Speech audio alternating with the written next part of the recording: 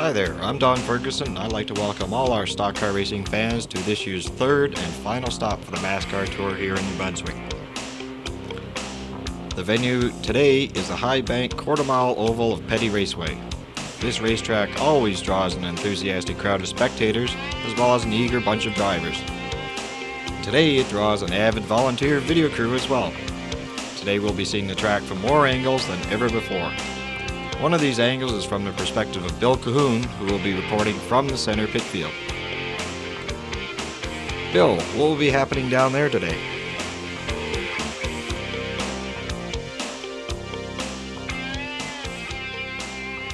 It looks like we're going to have 4 heats this afternoon with a variation of the different cars. Looks like it's going to be a beautiful afternoon for racing. We also have some features here on a couple of little cars that we're not too familiar with, but we're going to find out a little bit more later on this afternoon. And obviously we have some go-karts here, 2-stroke and 4-stroke this afternoon. So it should be a fun afternoon with the race fans. Looking forward to putting together a good presentation for this afternoon. Sit back and relax. Here we go. In the early laps of heat number 1, Dale Richardson had the point, with number 7 of Elaine Vance challenging in an attempt to win her second race here at Petty.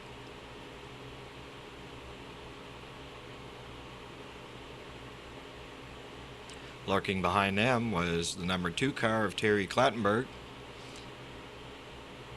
who forced his way inside midway in the heat to take the point. Elaine Vance was able to follow him into second position.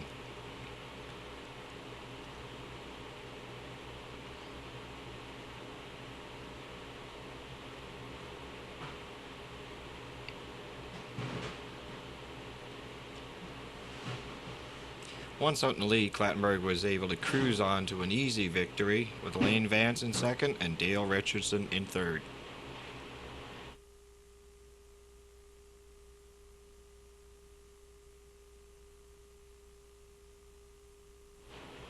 And here's the finishing order for heat number 1.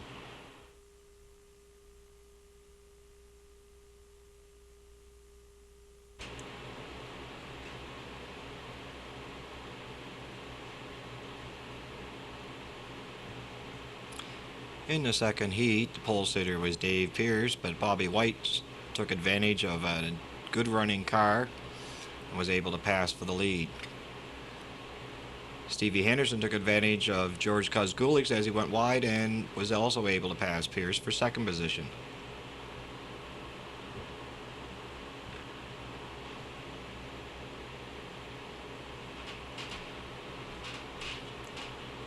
Henderson battled White all the way to the checkers, but had to settle for runner-up position.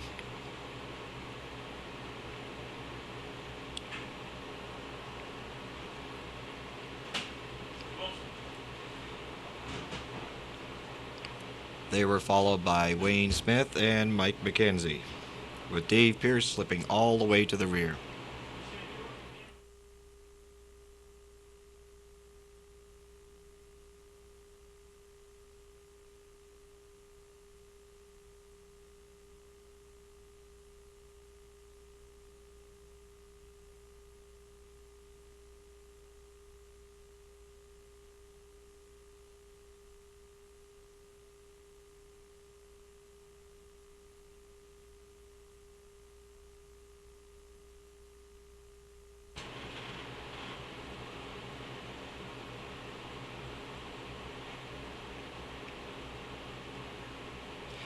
In heat number 3, Sean Conrad was the rabbit, but there was a pack of hungry wolves all scrambling for second position behind him.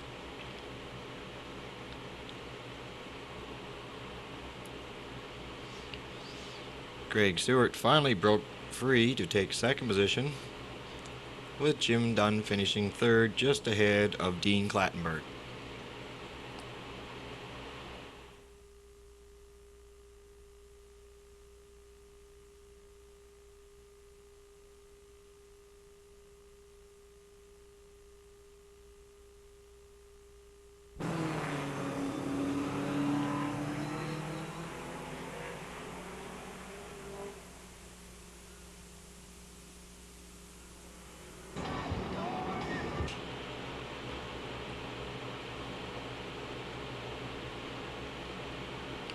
In heat number 4, we saw the unsponsored car of Pierre Arsenault battling with Doug Stokes for the top position, with a battle behind him involving Dave Gorvette and Scott Frazier.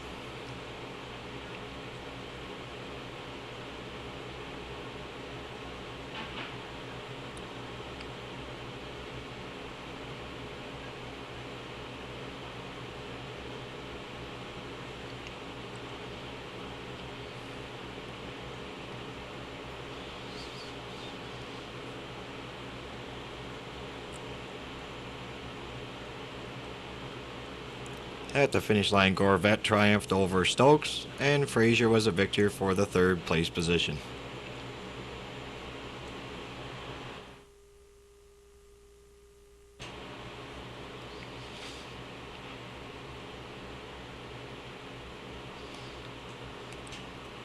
There were lots of other activities happening that day at the track, and Bill Cahoon wanted to get the inside scoop on what was going on. Let's check in again now with Bill.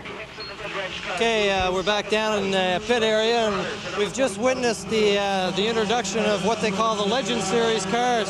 I'm with Forrest Pierce here. Forrest, can you tell us a little bit about what these cars are? These cars are, it's a brainchild of Humpy Wheeler, who owns Charlotte Motor Speedway in North Carolina. They started this series 2 years ago, and it's really taken off big in the United States. Terry Clantenberg's my partner. We just come back from Toronto on Tuesday, and we have been the authorized distributors and dealers for the Legend cars in the Maritime provinces. It looked like these things are really exciting out there. I mean, it was quite a good show that you just put on for the fans here. They motor right along, don't they? They are. These cars are faster. Like, we didn't put a lot of speed on them today because today was the first day that I've driven those cars, so we didn't want to wreck anything. But we want to put 2 cars on the track and show the people what the cars look like. And this is a really exciting new series that we're bringing to Atlantic Canada. Choco Motorsports is the people in Toronto who have the Canadian dealership, and they're going to be manufacturing these cars in Canada. The cars originally all were manufactured in Charlotte, North Carolina by Donnie Allison, which is Bobby Allison's brothers, and his 2 sons. So with the way the American exchange is, we thought it'd be a good idea to manufacture those in Canada so we can put the cars on the track more affordable. What, just exactly what is under the engines here behind us?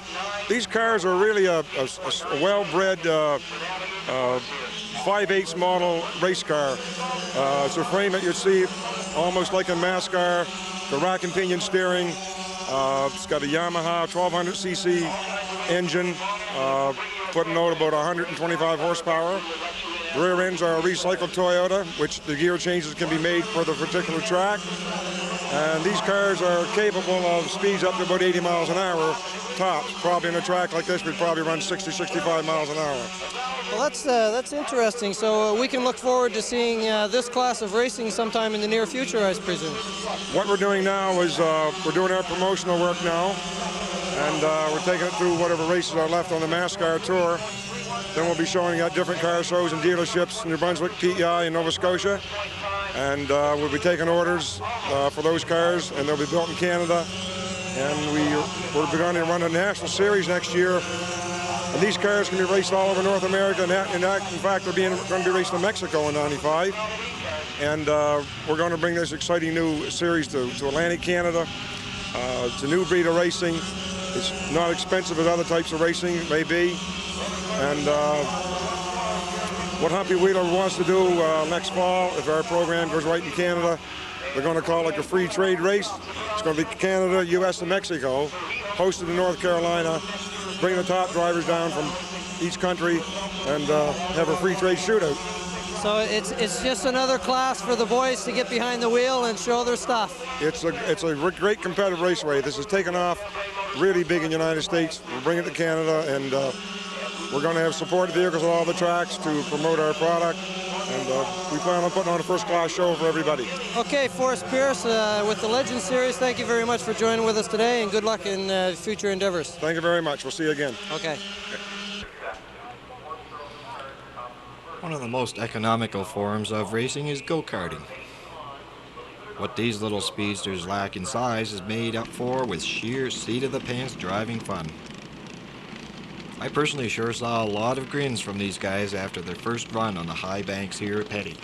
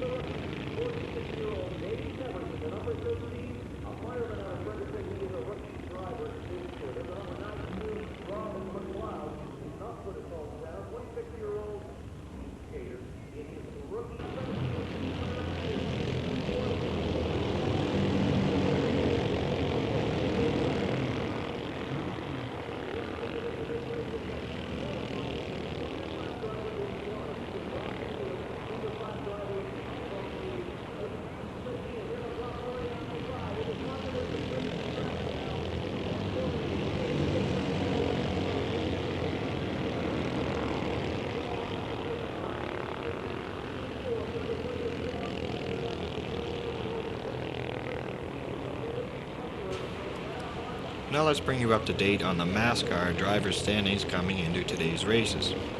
On top is the king of the road, Roger Miller, with Scott and Frank Frazier only a few points behind. In fact, the top 8 positions are separated by only 73 points. Consider that a feature win is worth 80 points, and we've got a barnstormer in hand for the championship.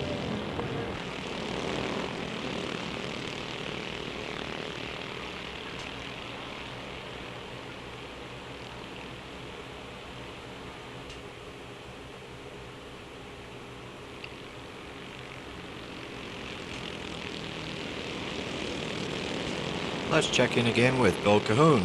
What have you got for us now, Bill? Okay, I'm with Alan Brown in Pit Alley here, Alan. I guess things are going well here today so far. Things are going great for MASCAR in 1994, Bill. We've got a lot of great races. We've had 43 teams registered this year, and that's a record for MASCAR. We've been all over the Maritimes. This is a 16 race event. We're down to our last 3 races, third last here at Petty today, and we're looking for good things from a lot of up-and-coming drivers. I know that the point situation in the standings is fairly close, and every point that they can get in these heats and showing up and everything else means a lot to each and every one of these drivers. Absolutely, Bill. Dean Clattenburg from Dartmouth has been the points leader, king of the hill really, for the last, I'd say 10, 12 weeks. He took it about the 3rd week into the season. But he didn't have that great a race the last couple of times out, so at the GM Goodwrench 250 in Antigonish last week, Dean had some troubles, and we had a different winner.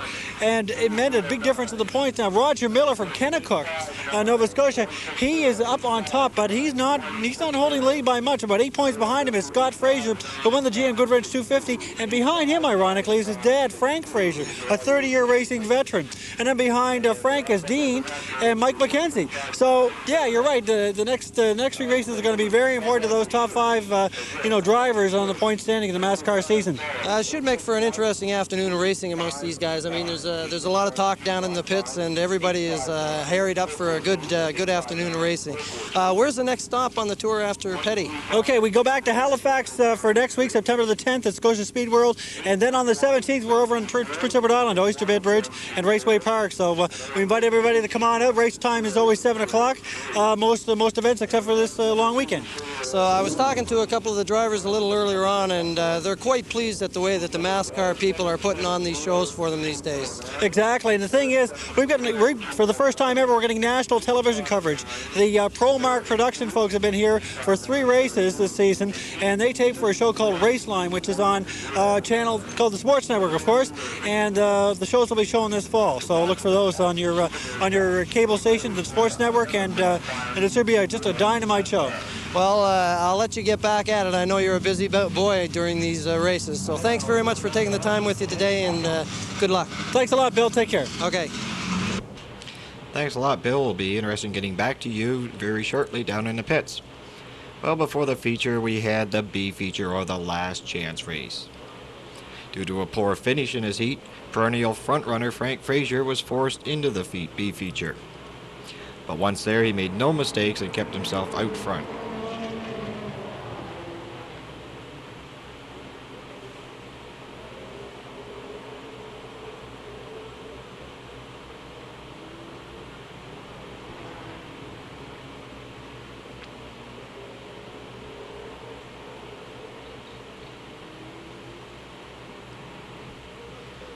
The 0-1 car of Gary Good did make a mistake and found himself with the wheels facing the wrong side up on the backstretch. Gary was able to walk away, but his car was not as fortunate and was done for the day.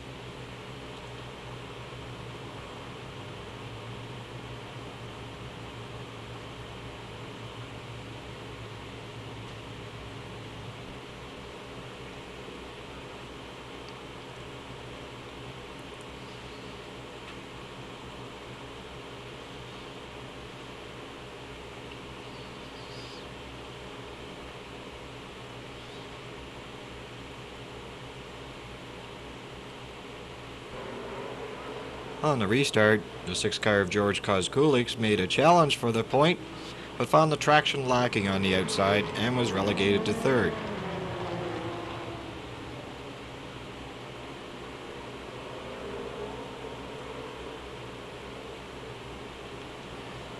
That's the way they finished, with Frank Frazier up front, Leo Cochran in 2nd, and George Kozkulik in 3rd.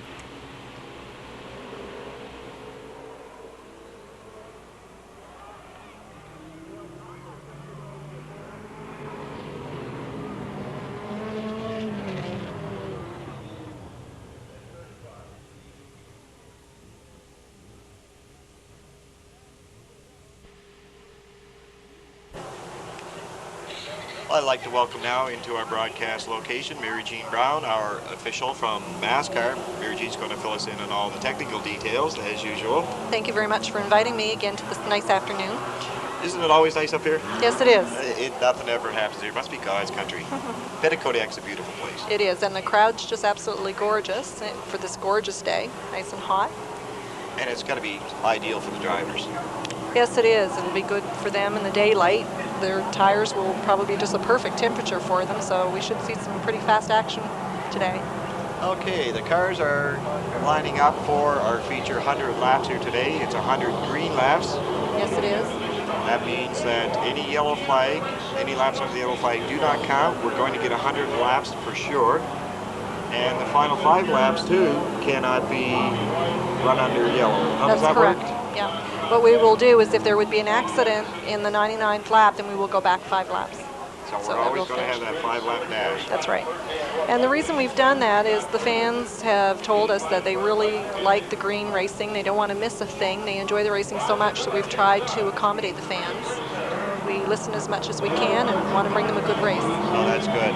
And if you recall last time here, the race did go right to the finish line, because at the finish line, actually across the finish line, there was quite a confrontation. What is that word I'm looking for? Confrontation. Confrontation, that's it. Well, what it was 2 cars were jostling for 3rd spot, and one get into the other, and they just happened to have a little spin out. But that's racing, and believe it or not, they both finished up there in their points, even though their cars didn't look that great. One finished, I think, 3rd, and one finished 4th, like right in line. So. Okay, Art Steves is waving the yellow flag right now. Let's give a rundown of our starting order. In the first place is Dale Richardson, and he's out of Stellarton, Nova Scotia. In second place, Pierre Arsenault in St. John, New Brunswick. 81, Robert White of Kennecook, Nova Scotia. Then follows with our girl in our MASCAR series, Elaine Vance. She's out of Windsor Junction, Nova Scotia. Now, Elaine won a race earlier up this year, so she must like this track a little bit. She really does, and she was super impressed. It was, of course, the 150, and it was all televised for her, so she was really, really happy with that, and so were the fans and the officials. Okay, back in the 3rd row, we have number 31, the car of Sean Conrad from Waverly, Nova Scotia. On the outside will be Stevie Henderson. He hails from Truro, Nova Scotia. In row number 4, we have the 30 car, Doug Stokes from the Big Rock, Newfoundland, and Greg Stewart, 99. Following there is Terry Clattenburg, number 2 out of Dartmouth. Dave Gorvat to the outside of him in 77 out of Sherwood, PEI. Wayne Smith, Timberley, Nova Scotia, 44. And there goes the race. Yeah, wave the green flag, and the 55 car of Dale Richardson is holding on the lead with Pierre Arsenault hanging his position on the outside. Cars are pretty much staying in order at the start of this race. Oh, we've got 3 wide down the backstretch. Bob White's going to take the inside position from Richardson. Yes, he does. And Pierre gets into the back of Richardson. Now, Bob White was at 250 last week and did an excellent job. He led, I would say, the first 10 or 15 laps just super until he had motor problems. And in the backstretch, we have a spin in the backstretch. Who is that? That's number 48 of Jim Dunn. He is here from the local area of Salisbury. So he's giving some of his local friends and relatives a show pretty early here in the race. Now, the drivers were excellent. There wasn't any contact with anybody. He just spun around, and they all went either the high side or the low side, and they all got by him fine. We have a lot of professional, very alert drivers in this series. And it looks like Frank Fraser's jumping into the pits. 48 Jim Dunn and Frank Fraser both jumped into the pits. Now maybe just something minor he wants to check over, and hopefully he'll get back out and take up the tail of the field, because Frank is up there in the point standings, I believe, in third spot. So this is getting down to the end of the season. You can't afford to be spending too much time in the pits. The points are very close. The top 10, any one of the top 10 could be the winner of the series this year. I think we can look forward to battle going right down to the final race. Oh, it'll be tight going right down into it. Last week, for example, Dean Clattenburg was in the lead, and now this week he's in 5th. And from 1st place to 5th place, you know, it's only 29 points, so that's not very much. Now, speaking of the points, now to win this feature race, you accumulate 80 points to put onto your standings. That is correct. 80 points the winner gets. Then if he happens to lead a lap, he will get an extra 5 bonus points. They get 10 points for a bonus points for showing up for the evening for racing. So right off the bat, there's 95 points that are up. And considering the difference in the standings, if somebody has a breakdown and finishes down a couple of laps, that could be disastrous for the point standings. That's correct. That's why even last week they jostled around so much, and it just happened to be, you know, just bad luck on some of their parts. Dean Clattenburg, early on in the race, he had problems in it, got wrong place at the wrong time in an accident, so therefore he finished like in the 15th to the 18th position, so that's why he went from 1st to 5th.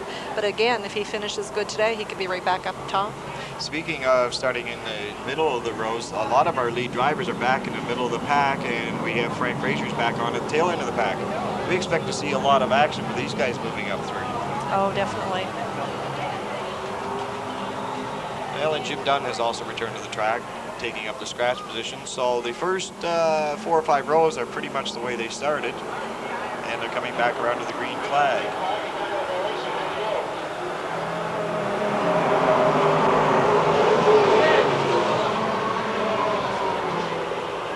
Now what happened there is 81 did pass 55, but because there was an accident, you go back to the lap that was just completed, so therefore he had to go back to his position and then try again. When the yellow flag flies, unlike in NASCAR where you race back to the flag, the starting positions after the yellow are from the last completed green lap. That's correct. We don't want the cars to be... Oh. Well, we have... Cy Harvey, number 49, he just went over the back wall, back tire. He's hung up in the backstretch at the exit of the pits.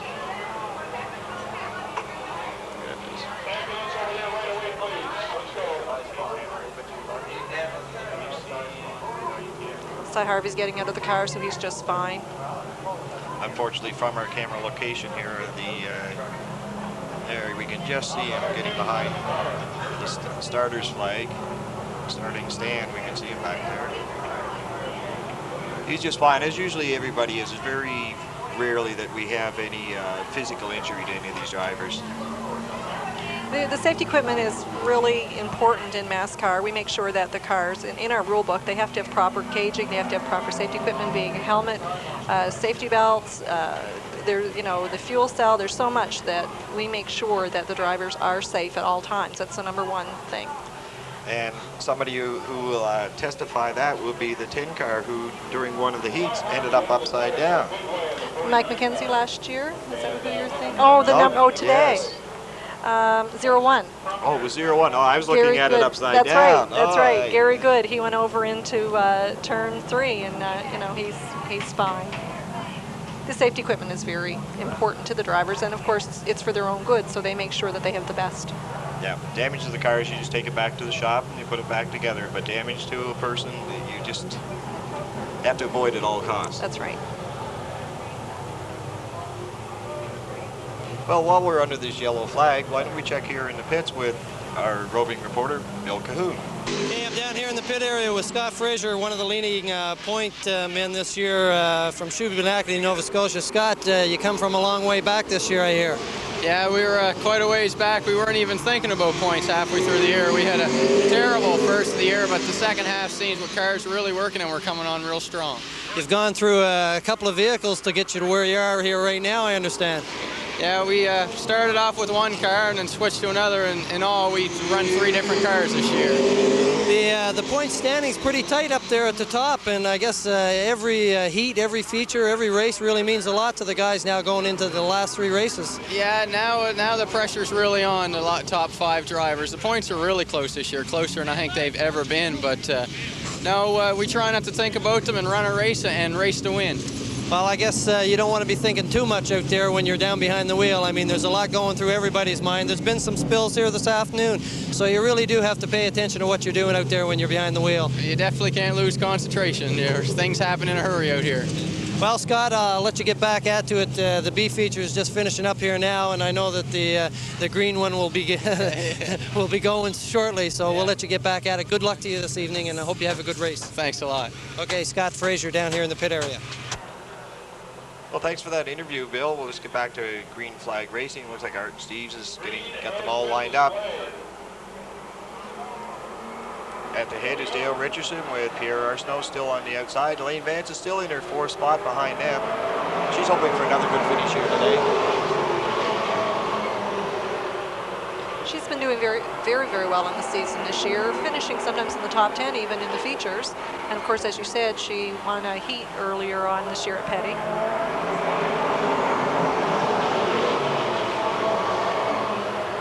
Now 31 cars were here today to qualify for the race at Petty Raceway. 26 cars did end up being in the field. Looks like Doug Stokes might be off the pace there. He's slowing down to the inside. There's Doug Stokes making a trip to the pits. One thing I should mention that's different from this year than last year, our drivers are running on slicks this year. We're trying to get as close to the United States racing, the Winston, as possible, and slicks are more secure for the drivers. They give them more traction, and they're closer to what the Winston cars race. Have you heard any response from the drivers themselves on the change in tires? In the beginning, they were a little apprehensive, but now they're really impressed with them because Richardson is around in turn number 1. Maybe he's not quite prepared for the slicks. He was getting loose the last couple of laps in the corner, I noticed, and finally the pressure brought him around. Nothing serious, just spun around and he'll get himself extricated. And once again, not one car touched him, so the guys are in on top of it. They're looking in all directions.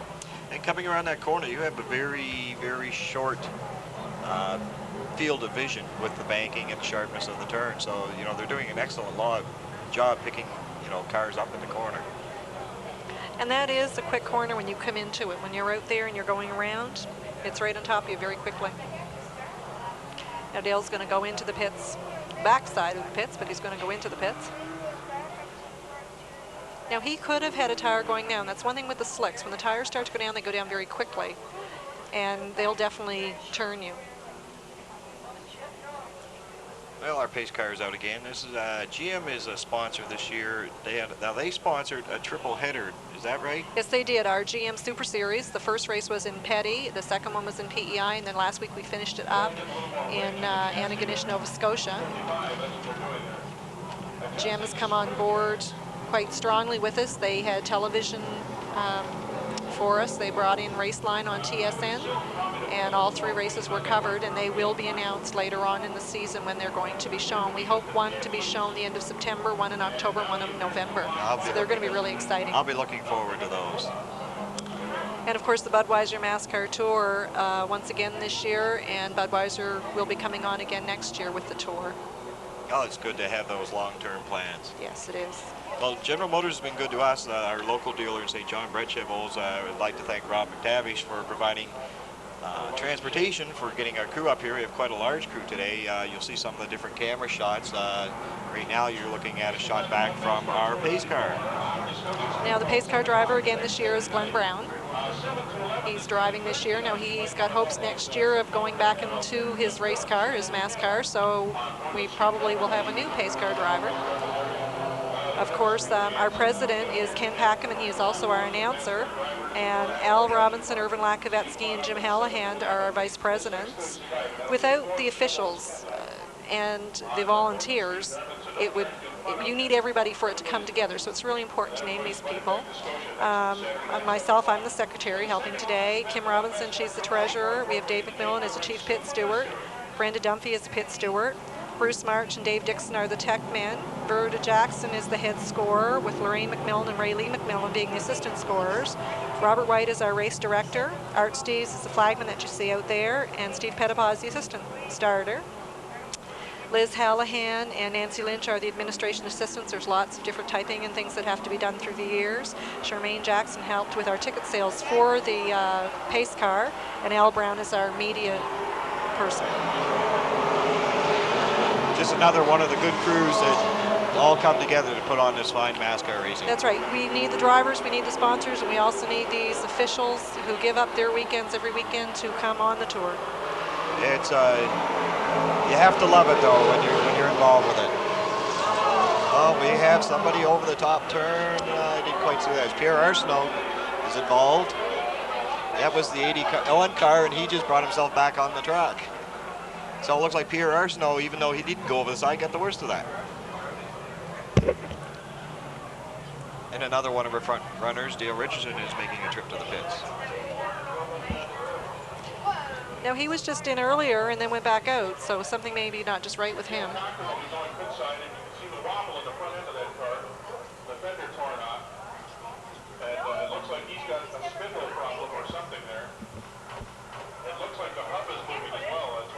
It looks like Mel Burton was also involved in it. I didn't quite see. I think Mel, it looked like he just spun to avoid hitting anybody. It probably Pierre Arsenault in car number 84. He came in late and found the corner blocked. Now Leo Cochran, now he seemed to put his front end out or something. He is missing a right fender and his wheels are twisted in, so I believe he's broke something. He's definitely had some contact there. The cars run so close that it doesn't take much to get into somebody else, or if somebody just doesn't step on the gas as quick as you do, or if they let off sooner or whatever, it doesn't take much to get into each other. That's right. Now, if you look at this track and walk across, you think there's 3 lanes wide. Well, that's 3 lanes if you're going in a straight line, but if you're trying to go around a corner, that's right. All of a sudden they get very narrow. And there is a certain groove that the cars do follow that will give them their times faster and make them go up to the front. So everybody wants that groove. So that's something that they have to jostle for quite a bit.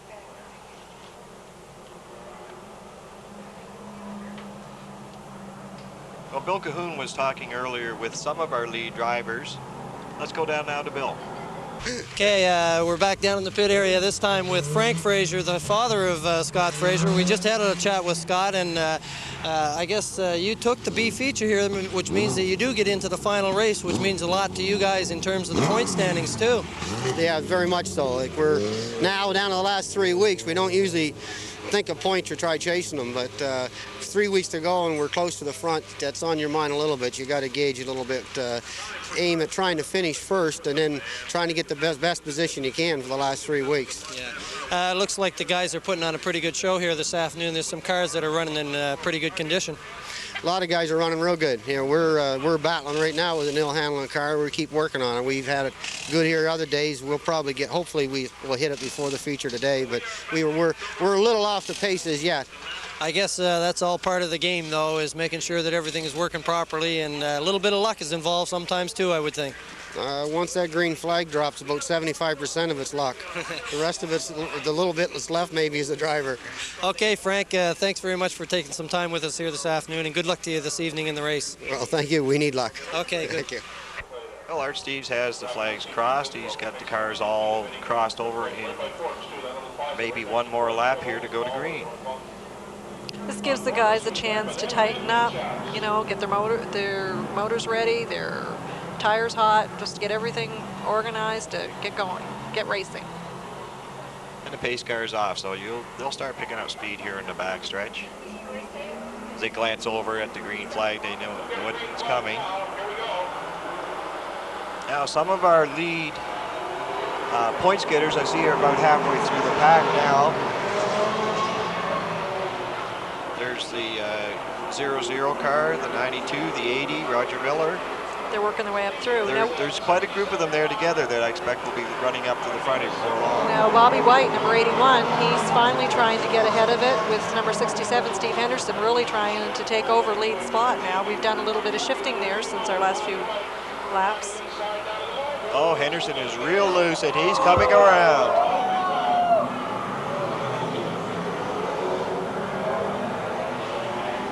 Just got a little bit loose in the corner, and you get tapped from behind, and it's all she wrote. Now, the last time we were here, he was one of the ones that was involved. That's right, I believe. Now, he did. He turned it around, and he saved it. Boy, that was good driving. By him turning it and getting up to the wall that tight, I don't believe he did any damage. Maybe there's not too much there. Maybe just a little bit of wrinkle on it. I saw excellent racing, boy, to be able to come up and do that. Now, he is going to come in and get everything checked over to make sure probably the radiator's okay. His front end's broke a little bit there. It does look a little bit low, yeah. This is how quick things happen in MASCAR racing. And return to the speedway as quickly as possible. You know, within a matter of a couple of seconds from the time he was starting to get loose to the time that everything broke loose. He did an excellent job of saving it, though, and even the drivers. Now, he's jumped out of the car. Okay, after looking at that replay, it does look like that he just got loose there and made some contact with a couple of the other leaders. It was after he got loose, though, that he did make some contact, so he just got into the corner maybe too fast, or maybe got into debris on the track. And the 99 car, I believe, cut a tire in that instant, but he's back on the track. Now Bobby White, he's trying again, and now number 2, Terry Clattenburg, is trying against him to get up there. I see a couple of our leaders are coming. A couple of our points leaders are now through those incidents working their way up. I see the Scott Fraser car is up into 1, 2, 3, 4, 5th position now, just behind the leaders. So he'll be getting into the fray. Terry Clattenburg and Wayne Smith running second and third.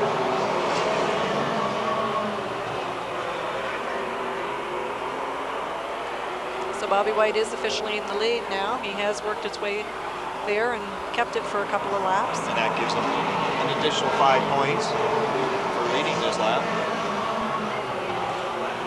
I think you mentioned earlier that every driver that does lead a lap will get 5 points for leading that lap. And that can really add up in the long run for the end of the season. That could maybe make a winner.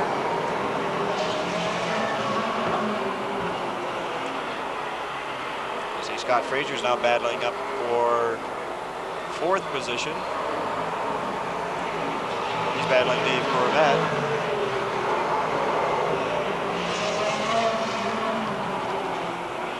The drivers get a point fund at the end of the season at the banquet. The banquet is October 15th this year, and it's at the Holiday Inn in Dartmouth. So any fans that are interested in coming, they can just give myself a call, Mary Jean Brown, or any of the MASCAR officials. We'd be glad for any of them to come. At the banquet, they get to meet the drivers. The drivers will receive recognition for what they've done through the year, and of course they will get their checks for their points. We usually pay like a penny per point, or money per point, I should say. And it's really good this year. We've raffled off our pace car. Bob McKay from Dartmouth, Nova Scotia won it last week at the 250. And the drivers are going to do very well this year. And of course we have our Scoling Fast 5, and they each get a bonus of $1,000. The top 5 cars get an extra $1,000. So that's what they're racing for. I'd like everybody to know that MASCAR is in itself a non-profit organization. All the monies raised on the tour go directly back to the drivers. That's right. Everything that we take in goes right out to them. Well, it looks like we have another yellow flag out. Somebody's turned around up here in turn number 1. I can't quite see who that is from this angle. 30 Doug Stokes, I believe. No, 48 Jim Dunn from Salisbury. Jim doesn't have the best of luck some days, it seems. He isn't a regular on our tour. He's been only coming to a few races, and I believe that the more races you come to, the more equipped that you get being able to run the tracks. Probably the slicks again.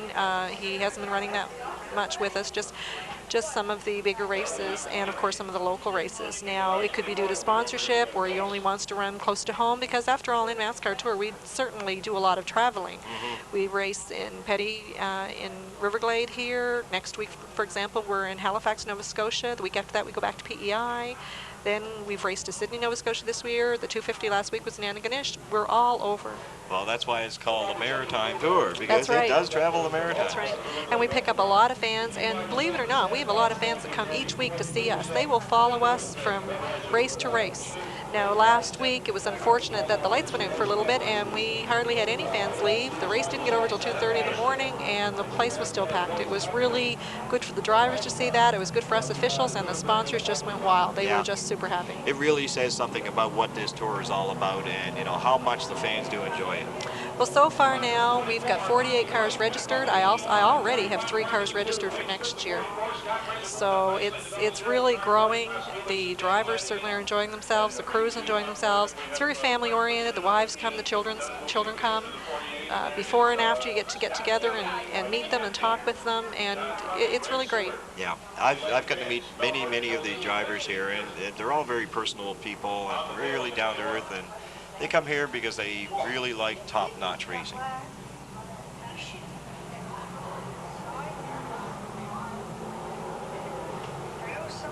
And one of the newcomers this year is Elaine Vance, and Elaine is from Windsor Junction, Nova Scotia. Bill had a chance to talk with her, and we'll go down to Bill now. Okay, I'm here with Elaine Vance in the pit area. Elaine running the Black & McDonald car. Elaine, I understand that you have a little bit of a different cooling system set up in your car. Yes, that's right. We have an air-cooled system where we have ice, which circulates cool air into my helmet to help keep me cooler during the race. I understand you had a bit of a problem a couple of weeks back with some fumes and that. Yeah, I got carbon monoxide a little too much, and wasn't feeling too well at the end of the race. So I guess that's one of the hazards of the racing, though. Are you enjoying your stay on the circuit this year? Yeah, I'm having a great time. It's a learning experience. It's a lot different. I run street stock the last 3 years, and it's a big jump. I'm liking it. But the boys on the circuit are treating you all right? Not too bad. No complaints. That's good. And how'd you make out in your heat here today? Oh, I did good tonight. I finished second in the heat, so I don't have to go through the B feature, so I'm happy with that. Well, that's good. So you're right on to the main event, the 100-lap greener here tonight. That's right, yeah. Okay, well, good luck to you, Elaine, and put on a good show for the fans. Okay, thank you. Okay. Well, thanks a lot, Bill. Now, Elaine is one of the rookies this year, and how are the rookie standings? We have 7 rookies this year. Scott Kelly, he's 1,116, with John Fleming 983, and then Elaine is 3rd with 912. So that's really good for first-year racing for these crew. 4th is Vance Haynes with 437. Vance hasn't been coming to all the races. He purchased one of Doug Stote's cars later on in the season. And the cars are coming out of turn 4, and Art Steves gives them the green.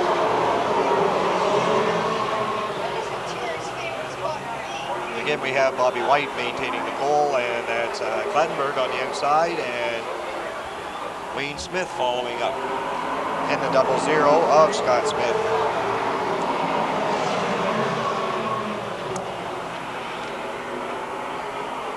Now, Scott Kelly, he is the top rookie, and he's been running really good. Now, he's in the top 10 right now, and almost I would say the majority of our races, he's been finishing in the lead. And Motor Mart is a sponsor for the top finishing, and he receives a check every night for that. Motormart gives a check of $100. So it's an extra bonus. Maybe they could buy a tire or whatever they need for the night. That's exactly where it all goes, I think. That's right. So Motormart really has been almost like a sponsor to Scott Kelly, because he's been winning a lot of it.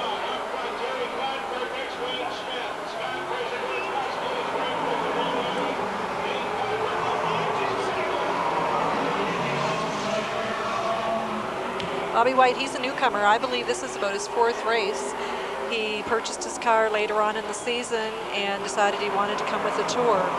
Now, in order to stay a rookie and be able to come back next year and compete for it, you cannot race any more than 4 race events. So this may be his last week, where he did come later in the Tour. He may want to hold on to that and come next year and possibly be one of the rookie leaders. The rookie honors. That's right. Only time will tell. We'll know next week at Scotia. But he's done very, very well. He's certainly putting a good showing on today, because he's right in front of some of the hottest drivers in the NASCAR Tour. But Terry Clattenburg, he had a lot of bad luck at the beginning of the race season. Was down to 20th in points at one point, and at this time he's up to 8th. So even with him being an 8th point, anything could change. Like, he could come right up more. So Wayne Smith, who's behind Terry, he's in 6th spot, and then of course 0-0 Scott Fraser, he's in 2nd. So they're vying for number 1 right now.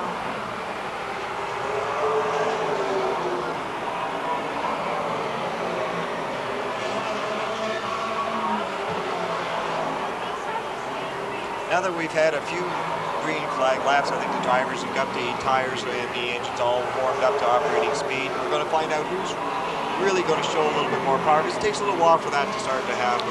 They're spreading out more, and this really makes for good racing. That'll give the drivers a chance to get their bearings, to run the line, the groove, and fall into position, make some passing moves. Usually when this happens, we can get quite a few green laps in, so that's good for the fans and good for the officials. And I see Frank Fraser's got himself up to approximately 6th position, and not too long ago he was at the tail of the field. He's a very strong car, very strong. Now, Frank was the winner of the GM Super Series, and he won by 222 points. Now, 2nd place was 99 Greg Seward with 215.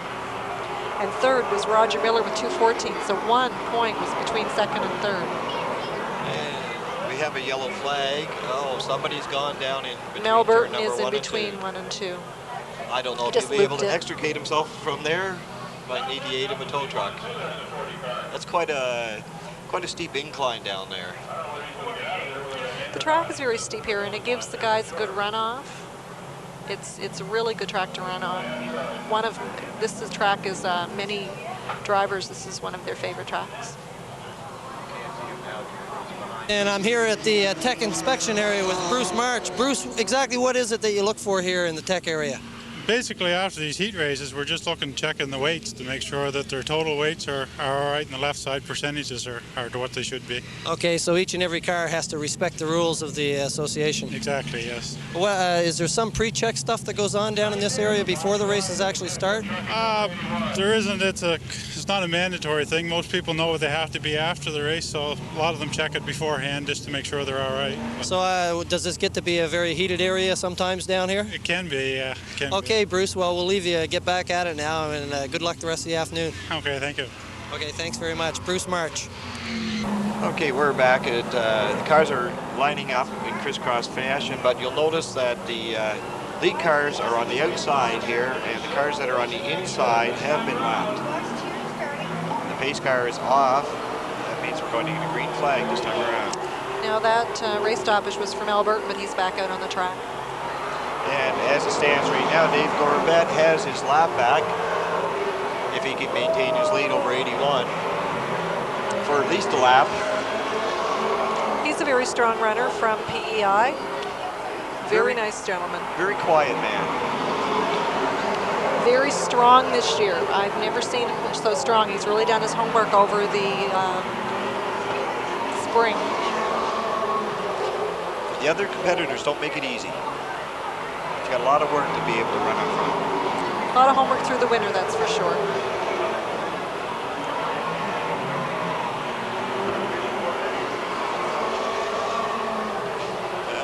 White doesn't want him to stay out there. He wants to put him back a lap. Our Steve giving him the move over flag, but that is kind of a thing that you can take it or leave it.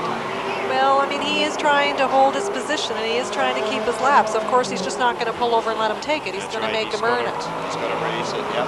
And that's only fair, because after all, if there was an accident, he would go into the back of the lead lap, and he could work his way up through. We've seen number 50, Frank Fraser, do it, so he could do it just as equal. A little bit loose. It looks like the pressure. Little driving, maybe a little over. Now he's slowed down. Just not able to maintain the leader's pace. He's very, very close. Well, he's got his hood off, so that wouldn't give him the aerodynamics that the other cars have, because that really makes a difference with the cars. They need all their... Well, 44. Wayne Smith is around, and he gets tagged by 50. Very lightly by the 6 and by the 50. No serious contact, but it looks like that will be a short stoppage here. It wasn't that too bad now that Dave Gorvette had just went down the lap again. If it had a sort of happened just before that, he would have been able to get his lap back.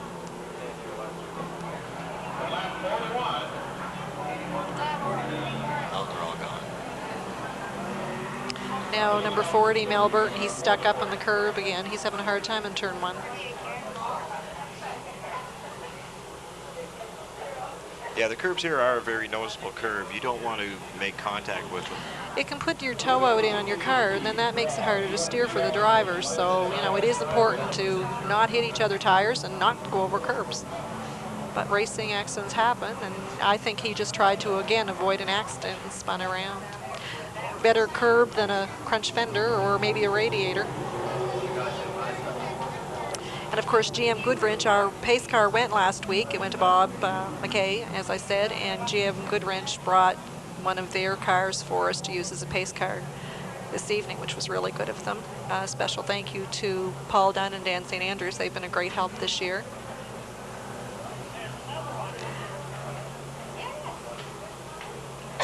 Number 0 will go to the rear. Well, we must be up close to the 40 lap mark here. We passed the 1/3 point. Now 0-0 is going to be put to the back for that incident, so the officials upstairs must feel that for some reason he had caused that. Well, that's going to make just another little bit more work for him to get back up to the front, because he was working his way up. Not a doubt in my mind that he can go from the back and back up to the front. Hi, this is Lawrence Gowan, just reminding everyone out there that if you happen to be drinking, find somebody else to drive for you. Coming back now, we're going to be starting under green flag action again on lap number 43. We'll see if number 81, Bobby White, gets the halfway money. Skull Link needs Green Gables is the halfway challenge, and they get quite a substantial check. That'll just be coming up in another 6 laps. Still continuing to lead is the 81 car of Bobby White. Now number 8, Leo Cochran, is down a lap, so he's trying to get his lap back. In second, third, and fourth, we have Terry Clattenburg, Wayne Smith, Steve Henderson, I see, is rolling around the track at a pretty good speed after his altercation earlier. Didn't seem to hurt his car much. And the 6 and 44 that were in that last incident didn't seem to bother them any at all. No. Maintain their positions. Well, as you said, 44 is in 4th spot. Number 6, George Koskoulis, is in 5th. And Frank Fraser, who was at the tail end of the lead here, held the lap earlier. Has worked his way up. Now, did Frank get down any laps in the beginning of the race? I don't believe so. He was at the tail end and he dropped into the pits, but he's able to come back out on the tail end. So he is currently vying for position in the top 5. Not a stranger from working his way up from the back.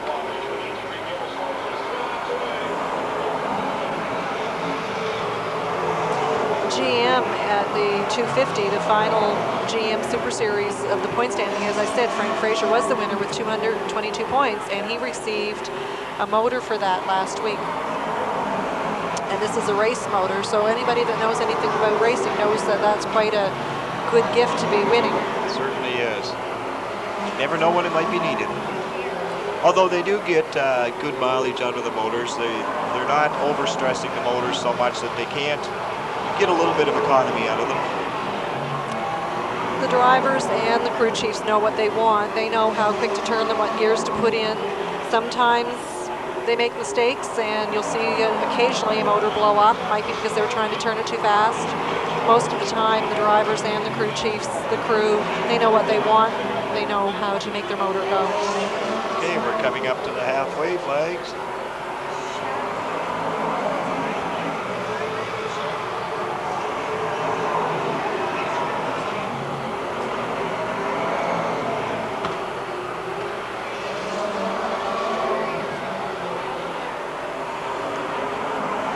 Looks like our non-rookie Bobby White is going to take home the halfway money. He's done very well. He certainly is going to be a force on the tour next year. Yes, he will be. Especially if he decides to go for rookie contendership. It's going to be hard to beat if he continues the way he is this year. And we've had some pretty impressive rookies over the last couple of years. Of course, Scott Frazier this year, and last year I believe was Dean Plattenberg. That's right. Scott Kelly is this year. Scott Kelly, pardon me. Yes, and then Dean Plattenberg was the winner this year.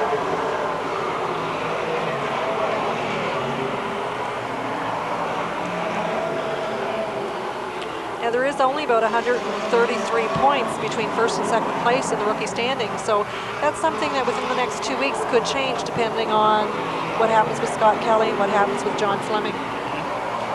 Yes, I'm sure they're going to be shuffling back and forth over the next few weeks. So now they're both out there and they're both running strongly. So as long as they're in the next 3 races, then they probably will finish as the standings are now, 12th and 1st and 97th. We've had a change for the lead here now. It looks like the 81 car got trapped in behind a lap car, and Terry Kleinberg now has the lead.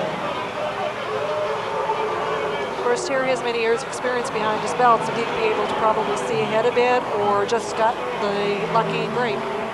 Now, I don't know if the 67 car, Stevie Henderson, is laps down, but he's certainly running as fast as the leaders. Yes, 67 Steve Henderson is at least 1 lap down.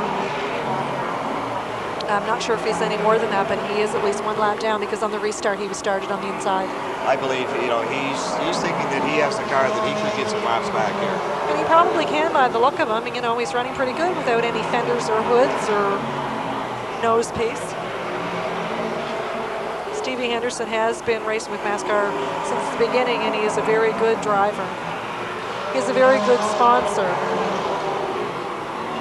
And sponsors, of course, are what makes the drivers come back each week. They get good coverage for their sponsorship money. The drivers, the crew, they'll show their cars before a race for the different sponsors that we have. It's a symbiotic relationship, really. And this tour, as many others, could not survive without that type of relationship. That's right. And the drivers and the crews represent the sponsors very, very well. Oh, we have a yellow flag, it looks like in 21. Yes. Dave Pierce. That turn number 1 certainly seems to be a popular place today. Gobbling up the cars. Yeah. Maybe there's something down there that we don't know about. And of course that was lap 62 that they just completed. So we're almost 2/3 of the way through. So far there's been lots of action. I wouldn't want to try to pick a winner by any means. Not yet. We certainly have a lot of cars in the top 10, 12 cars who could easily just pop out in front at any time. I've noticed upon occasions, if your car runs the first 50 laps well, it doesn't mean that you're going to have the fastest car at the last 50. That's right. It depends. The drivers know how much fuel that they need, how their tires are going to do. The weather is a lot on it. So, it just depends. Some of them, maybe if they use up so much fuel, their car's not going to run as good at the end. Maybe once it uses fuel, it's going to run better. There's so many variables in the racing. That's the whole thing. It is a variable, and it varies as the race progresses. That's right.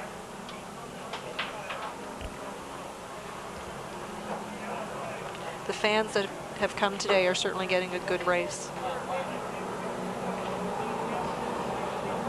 And as usual, they're lining the back fences, they're lining the rooftops, and anywhere to get a good vantage point.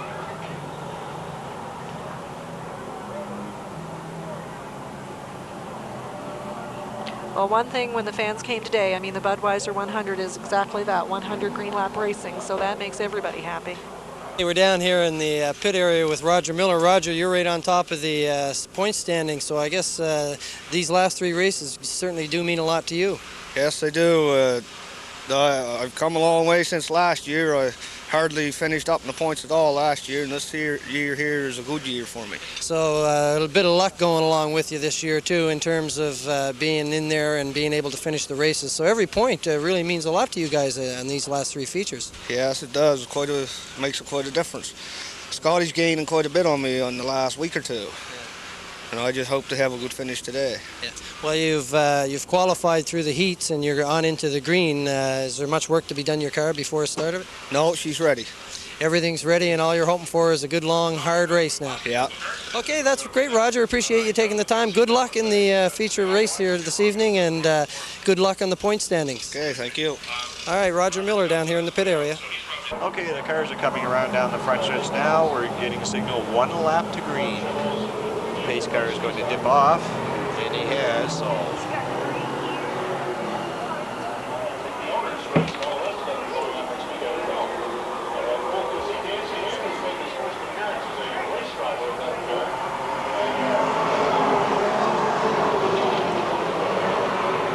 Going down at the stretch, and like I said, Stevie Henderson has a strong car.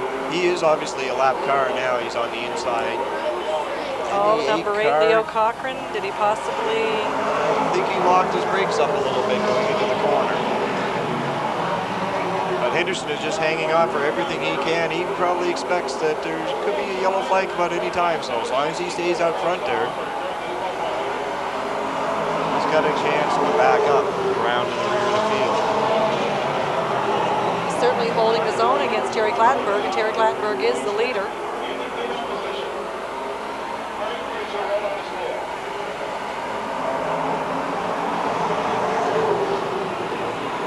Now, Bobby White has fallen to 2nd position, but he's still going strong with number 44 Wayne Smith in 3rd position. And they're followed by Frank Frazier and the old 2 Mike McKenzie. Yes, Mike McKenzie's moved up there since. We haven't really talked about him yet, but he has been running in the top 10 all along. Just waiting to make his move. There, he's followed by Dean Clattenburg and Greg Seward and George Kozkulis. The 8 car does appear to be having problems in the corners, whether he's locking up. I didn't know maybe a tire was rubbing against a fender. Now, if that happens, he'll definitely have a flat. Or, as you said, he could be locking up his brakes. Yeah, it sure looks like the brakes are locking up.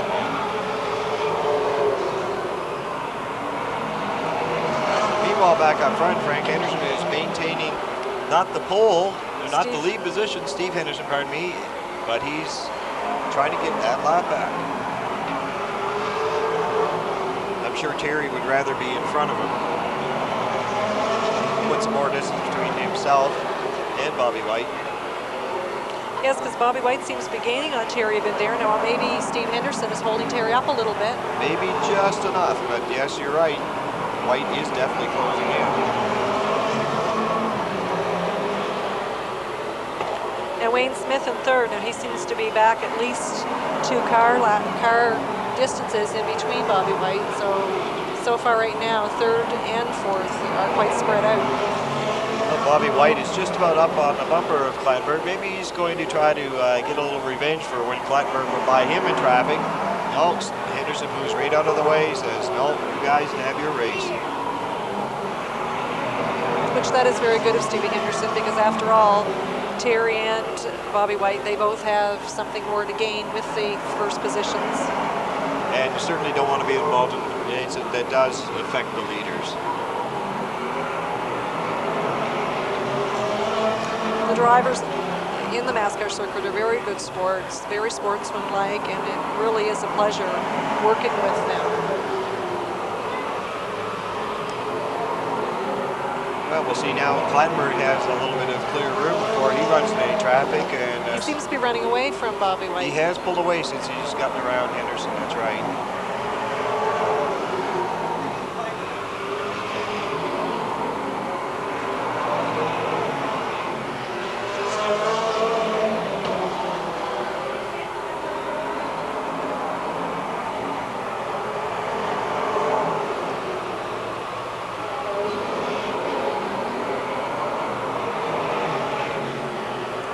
top 5 cars now pretty much are running in open air, so the 6th place car, Clattenburg, got in with Henderson a little bit, slowed him down. So the leader of the Budweiser MASCAR 100 now is number 2, Terry Clattenburg.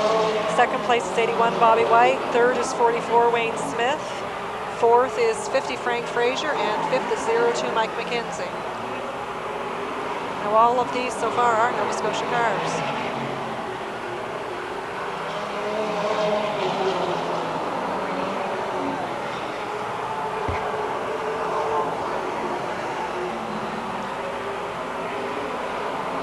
It would appear the top 3 places have gotten themselves into a groove where they're running at pretty much the pace they want to run.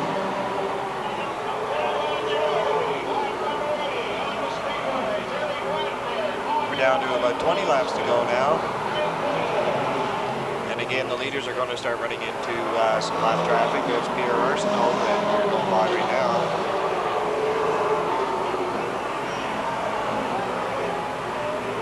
This is the first of the lap traffic that they've run in so far this afternoon. They had a couple lap cars. They were on the inside of them, but now they're starting to work their way through the field.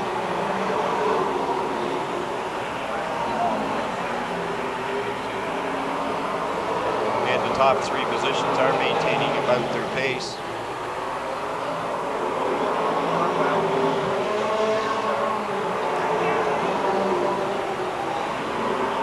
Drop back, we got car 5.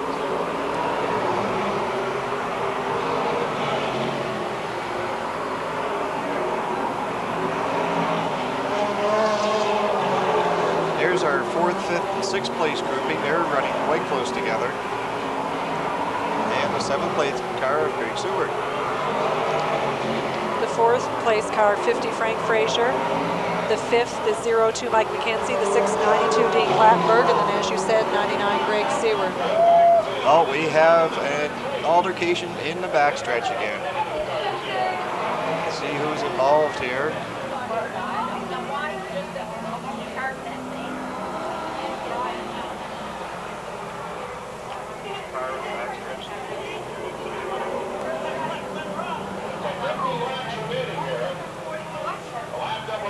One of them, I think, is Cy Harvey.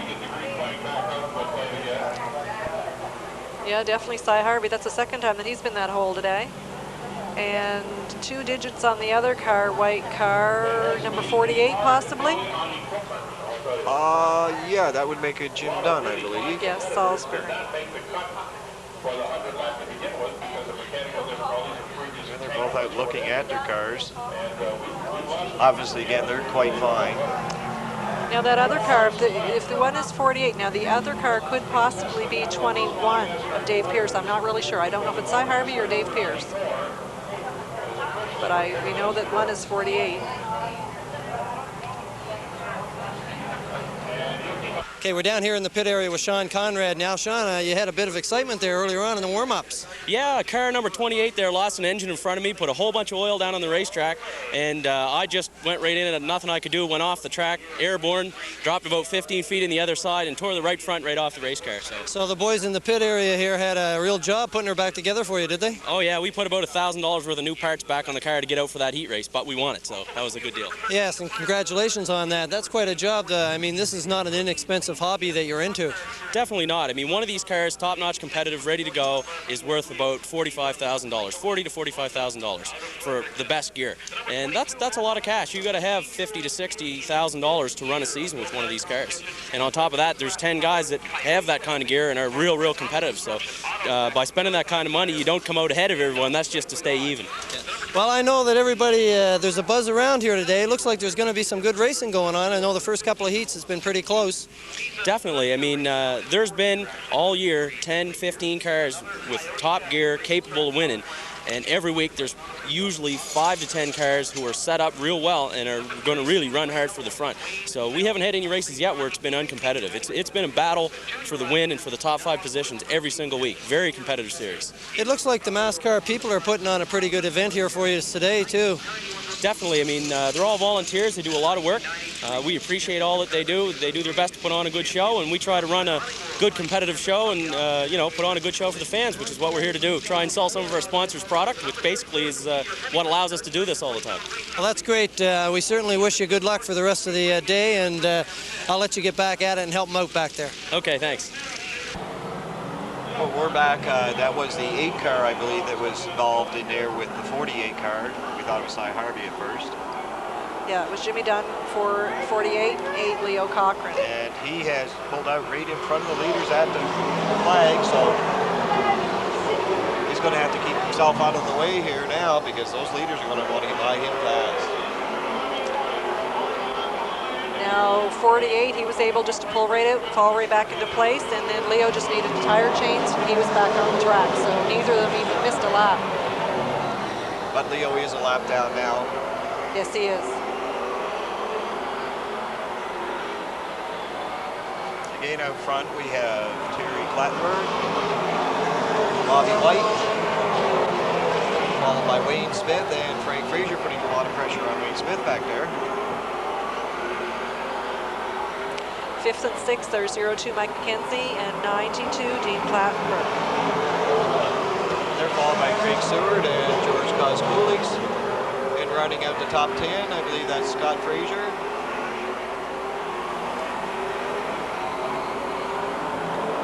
And Stevie Henderson. Now, we still don't know if he's in the lead lap.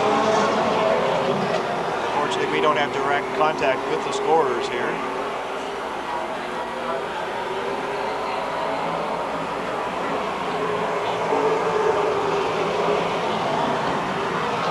Well, there's 9 cars anyway that we do know that are in the lead lap, and we are positive on that readout.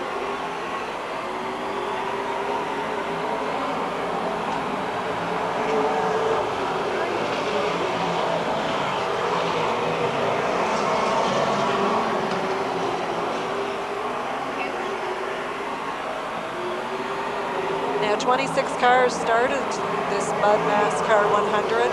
And there are only 20 cars out on the field right now on the track.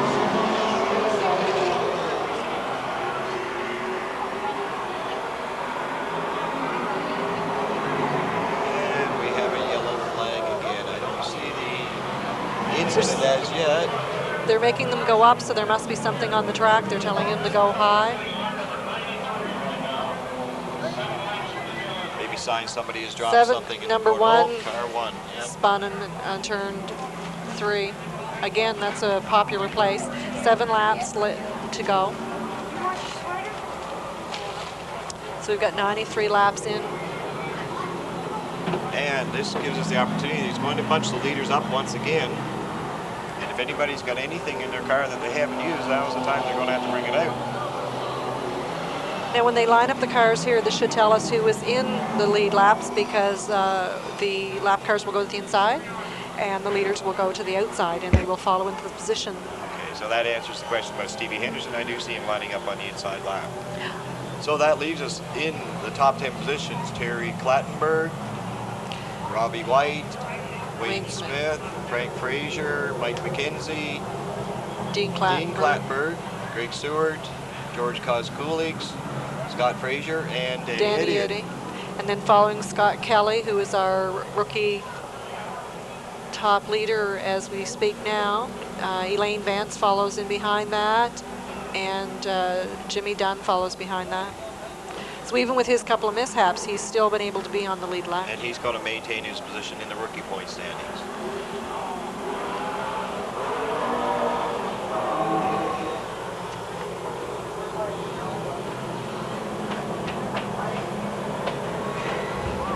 So we have 13 cars in the lead lap.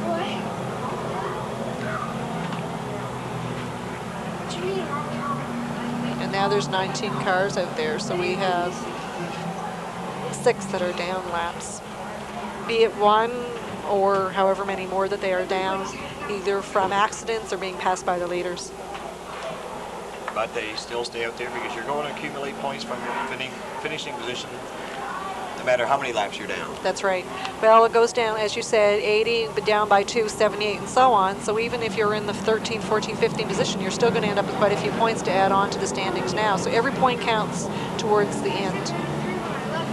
The pace car has dropped off the track. We're expecting the green flag to be waved this time around. And 7 more laps to go, and we'll know who the winner is of the Bud 100. Everybody's on the gas in corner number 4, and they're coming down the stretch.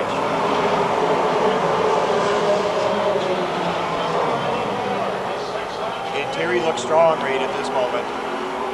He's able to pull away once again from Bobby White.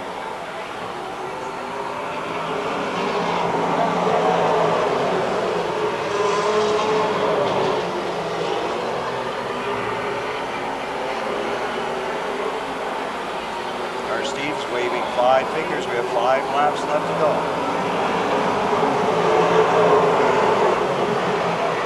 As you said, Terry Clattenburg is pulling way ahead of number 81, Bobby White. Then it follows in with Wayne Smith, Frank Frazier, and Mike McKenzie. And there's 2 cars that have spun on the back stretch. So we will go back to the 5 laps. Again, we're going to complete 5 green laps to the finish.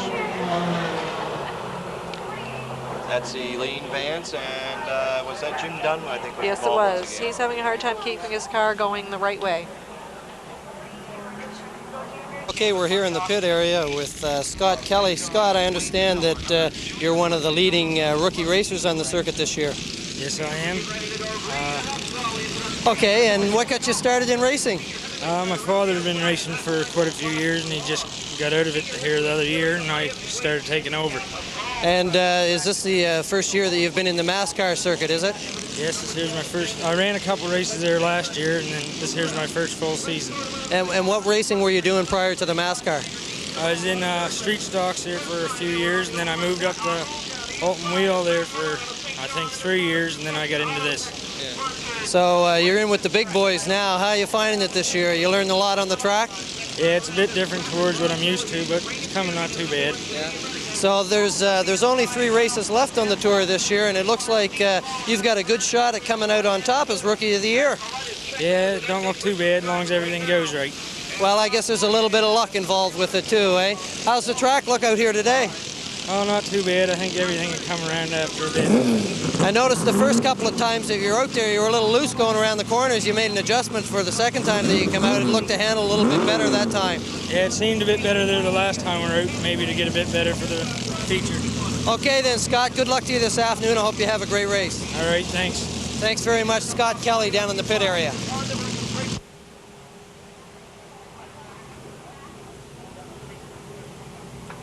They're going to get her back out before it goes green, so she won't be down any laps. She will have to fall into the end of the lead car, but at least she'll just follow right into place.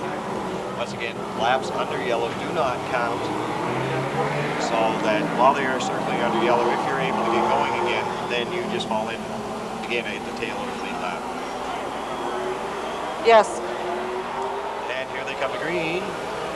And Terry Clattenburg's got the lead. Now he's got to pull himself out of the advantage here.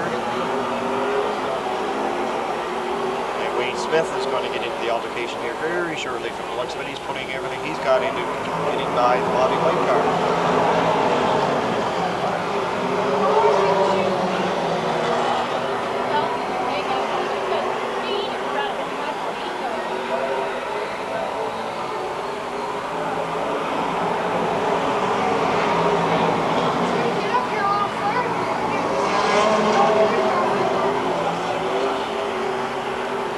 The leader is still Terry Clattenburg with 81 Bobby White, 44 Wayne Smith, 50 Frank Frazier, and 02 Mike McKenzie. That's your top 5 right now. 2 laps remaining. Coming around this time, and Terry Clattenburg is going to see the white laundry. Just wants to maintain his pace one more time. Pick up the maximum of 80 points. Lane Vance pulls on the track just to get one more lap in.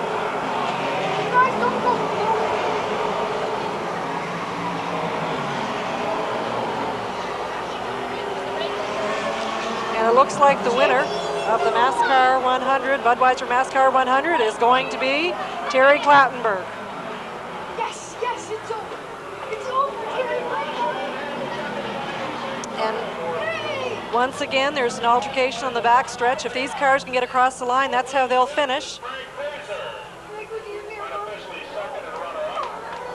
Now, Mike McKenzie, who was in 5th spot, he will just fall into place wherever he goes across the line. Now, if there was 13 cars in the lead laps, we could possibly have went from 13. So he went from 5th to 13th pretty quickly. We're going to have to check this finishing order. Everything got jumbled up there on the final corner. I believe that held up the 81 car, among others. Now, we do know Terry Clattenburg did win. And he's going to collect his checker flag, and it looks like Wayne Smith and Frank Frazier were able to pull up 2nd and 3rd.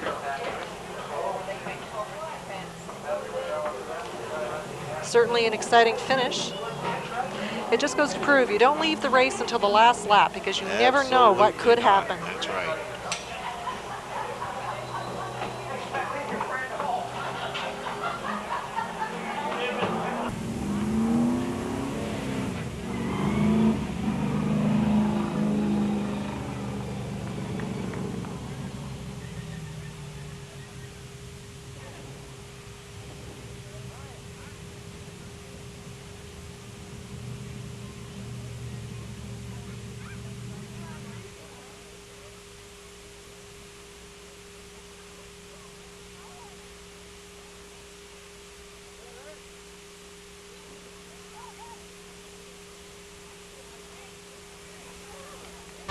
I think Terry's trying to get tied up.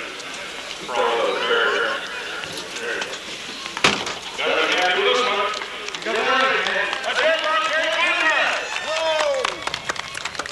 Let you down some water. Gotta be. Bet you that tastes good right well now. You got that cool, clean water, not any better. Can't fault the way the car ran today, man. Man, you gotta like it after what happened last weekend and the previous run. We had a great day. The car ran really well, felt strong all day, and we managed to keep out of trouble. Oh, Bobby, I felt kind of bad for him. He had a good car, but he just got caught in traffic there. But if he could have stayed out there, he'd have been all right. I couldn't have taken him, but I think him an awful good go. We'll give you a very good crack at a strong finish, too. We have 2 more events yet to go before we put the lid on the 94 Tour, and it's shaping up for you a little bit better in the last third, isn't it? Yeah, things have come a little bit better. We've had a good car all summer, but just things happening beyond your control. And that's racing. Boy, ain't that the truth. Nice hand from folks. Good job, sir. Thanks a lot, Ken. Not a whole lot of way behind. The top 3 ran real close to that. Yeah, Terry and Bobby was a bit faster than Mills and me. I just waited there and got a bit better as the green laps went on. Well, you know in your own mind, I guess, that maybe you're not absolutely the fastest today, then you become the ultimate opportunist, I suppose. I was better, got to ride it out. Oh, good. Who should we say thanks to today? You've had some good help setting this thing up this year. This is the best ride you've ever had. I'd like to thank all the crew. Well, they did a heck of a job for you. Nice hand for Wayne Smith. Michael.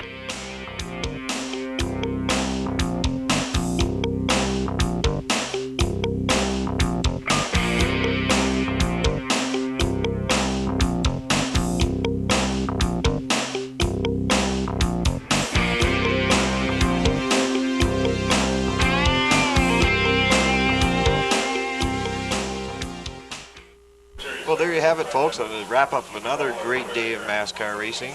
I'd like to thank Mary Jean Brown, first of all. Thank you very much for inviting me once again. And if you like this kind of racing on TV, you got to come out and see it in live action. In person is really much better than any TV that could ever be. But if you can't see it in person, then TV's the way to go.